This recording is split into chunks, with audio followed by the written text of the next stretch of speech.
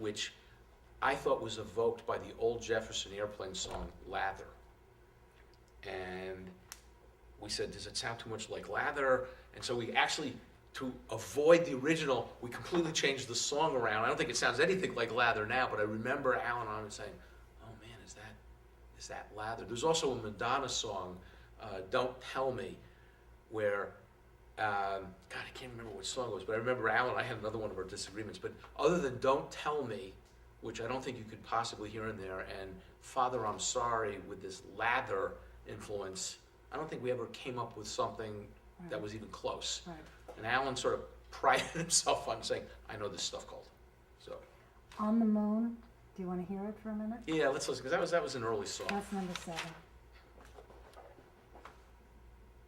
Oh, okay, we're okay time-wise. I know, it's... How are you doing? Are you fading or not? I'm not fading Oh, at all. okay. Do you want to take a break? No. No. Good. This is... Are you kidding? I do 3-4 hour interviews all the time. No, it's not that. It's that, of course, my favorite 6 songs are on the second. Oh, okay, well we can, you know what? No, I want to keep going Okay. like this because it's good.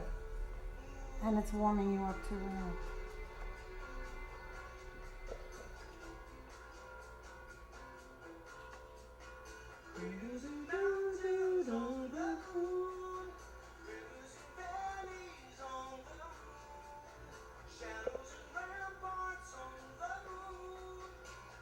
Okay.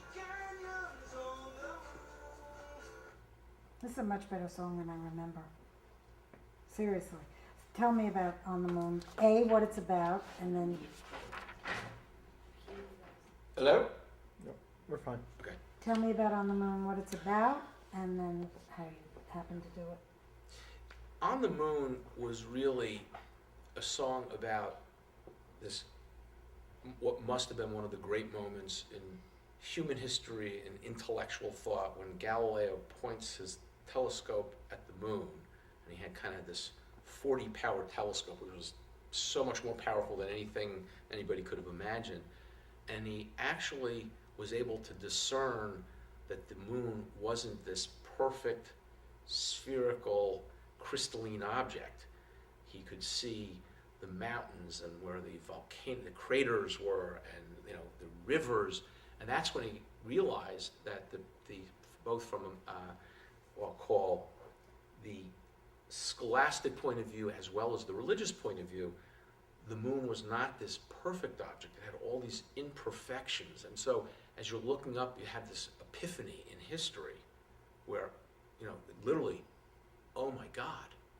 And he's seen something that no one had ever seen before, were the imperfections on the moon. So this is a song about Galileo, this moment in history back in 1610, where Galileo says, oh my God. When it was written, this was pretty early on in the songwriting process, and musically, in the recording, it was also one of the first songs to have full string instrumentation that Alan was using from whatever sampling kit he was using back then. You can hear even the mix on it, and Alan would always say, let me spend some more time mixing this, and let me do some recording. I'd say, no, come on, let's just get this down. This is just a demo.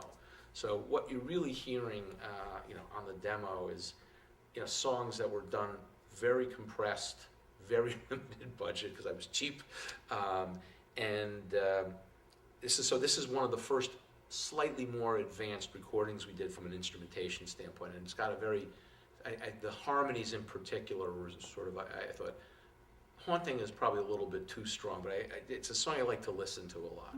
But that's what this song is about, Galileo talking about, his first moment of seeing the moon as it really was. For something completely different, Friar's Roast. Can we just, let me just play. I just want to hear the... It's number 8 on the first disc. That was good. That was like a minute, right? That was good. That was a good Yeah. take.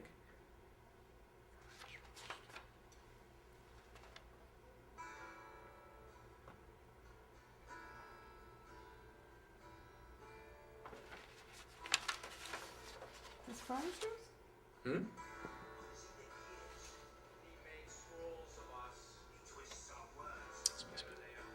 Who's those voices? Joe, Alan, and me. You? Which one is you? Galileo mocks Aristotle. We are the hounds of God.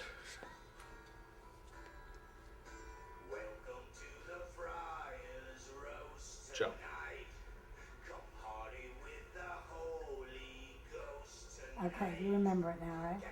Okay. All right, so tell me what it's about and how did you do this? Friar's Roast was clearly done tongue-in-cheek, but it's really a pretty serious part of the story, and it's how Galileo managed to alienate or piss off the Dominicans. And this is really sort of a song about he's made fools of them. And this also talks about, Galileo mocks Aristotle, which was heresy, both from a academic as well as religious point of view.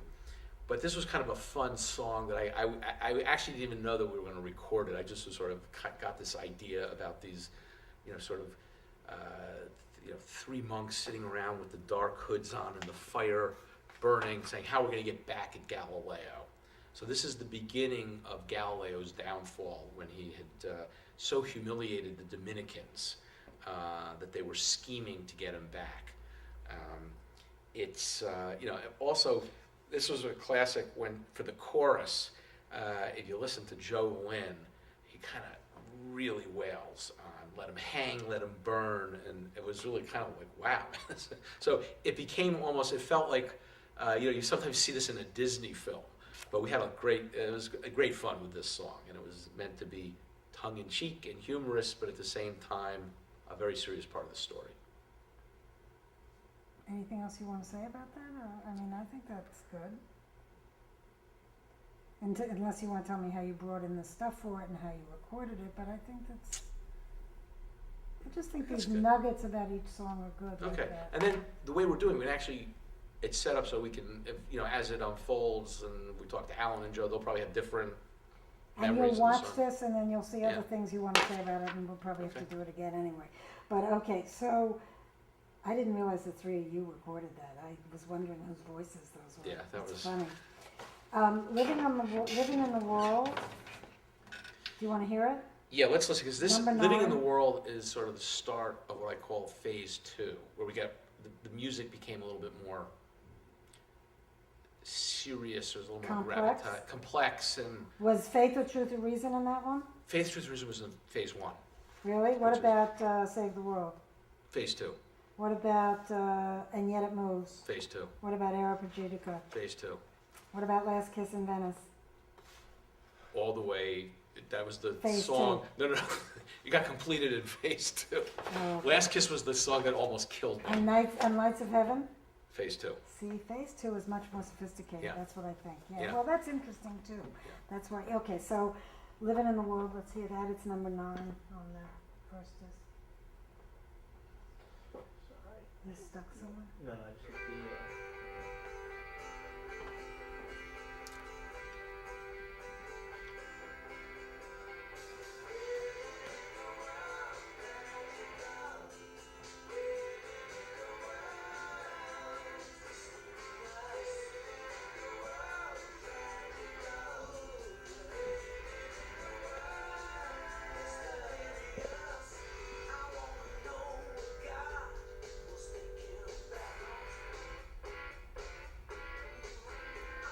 That's really a drum machine? Alan programmed all the drums?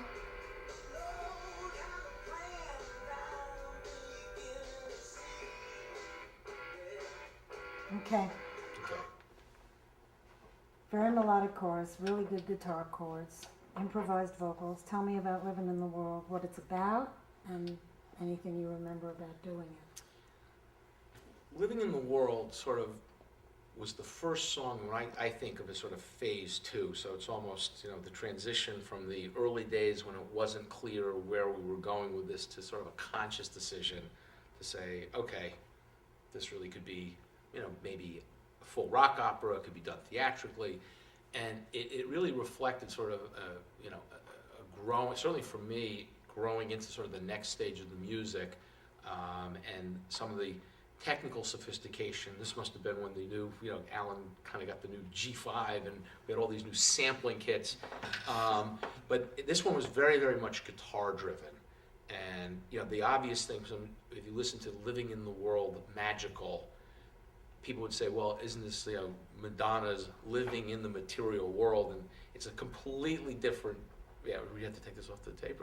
No, I Oh, never okay. would have thought of that. No. But Oh, yeah, go this back. was, and so I kind of reversed it, but it was really a completely, this is about Galileo understanding how complicated the entire universe is. It's magical, it's mystical, it's tragical. So we sort of had fun making up these words as we went along. So it was, but it had I think from a guitar standpoint, this was definitely the open G tuning, had a very interesting, even the intro, which kind of had this plucked out, the plucked out introduction on guitar, and then kind of going to that real driving open G tuning.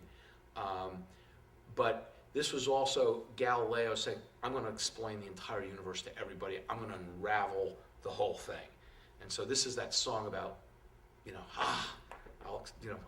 I will be enlightened. And so there was a lot of just thinking about and then when it goes into the bridge, it's let me be the one to tell you what's going on.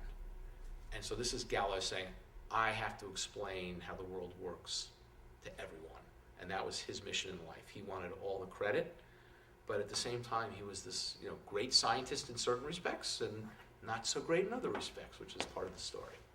Okay. Natural Order is another one of those theatrical kind of songs, purposely, and you want to hear a bit of it? Natural Order? Natural Order was one of the first. This is a Phase 1 song, and it was one of the first songs that was written. And it's just interesting. It told the story, and it was really about almost the church speaking to Galileo. So this was really the voice of the church. And when it was written, it wasn't clear whether it was going to be Pope Urban or it would be Cardinal Roberto Bellarmine, but it's sort of admonishing Galileo, which is talking about you're sort of playing with the natural order. So be careful. But it was very interesting. It was the song kind of balances the church's concern for disrupting the authority of the church and changing the world order to saying, okay, let's kind of do this carefully, but we remind you, theology's a serious thing. And this really, the great reference in this song is to Giordano Bruno, who in I think it was in 1600, was actually burned at the stake at the Campo de Fiora. Campo de Fiora. It's the plaza. I'll have to come back and fix that line. And while the traditional telling of the story is he was burned because of his heretical views about Copernicanism, it was probably much less to do with that. He had some pretty out there ideas about multiple parallel universes. He was, and a Galileo in my telling of the story saying, oh, that Bruno, he was almost crazy. He was a mystic. He had these radical ideas about the world. So Bruno being burned at the stake really wasn't about Copernicanism. It was about some of these other things.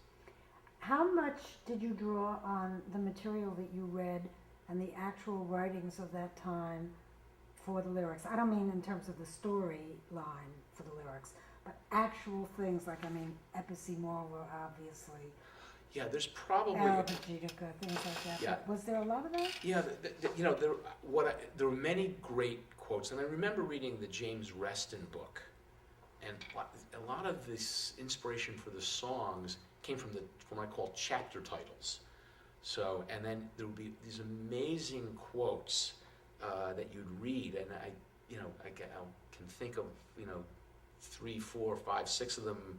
But for example, in the song "Faith or Truth and Reason," Faith or truth and reason.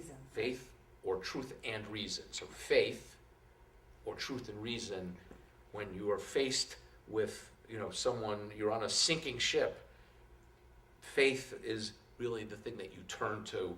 Understanding why the ship is about to sink doesn't really matter that much.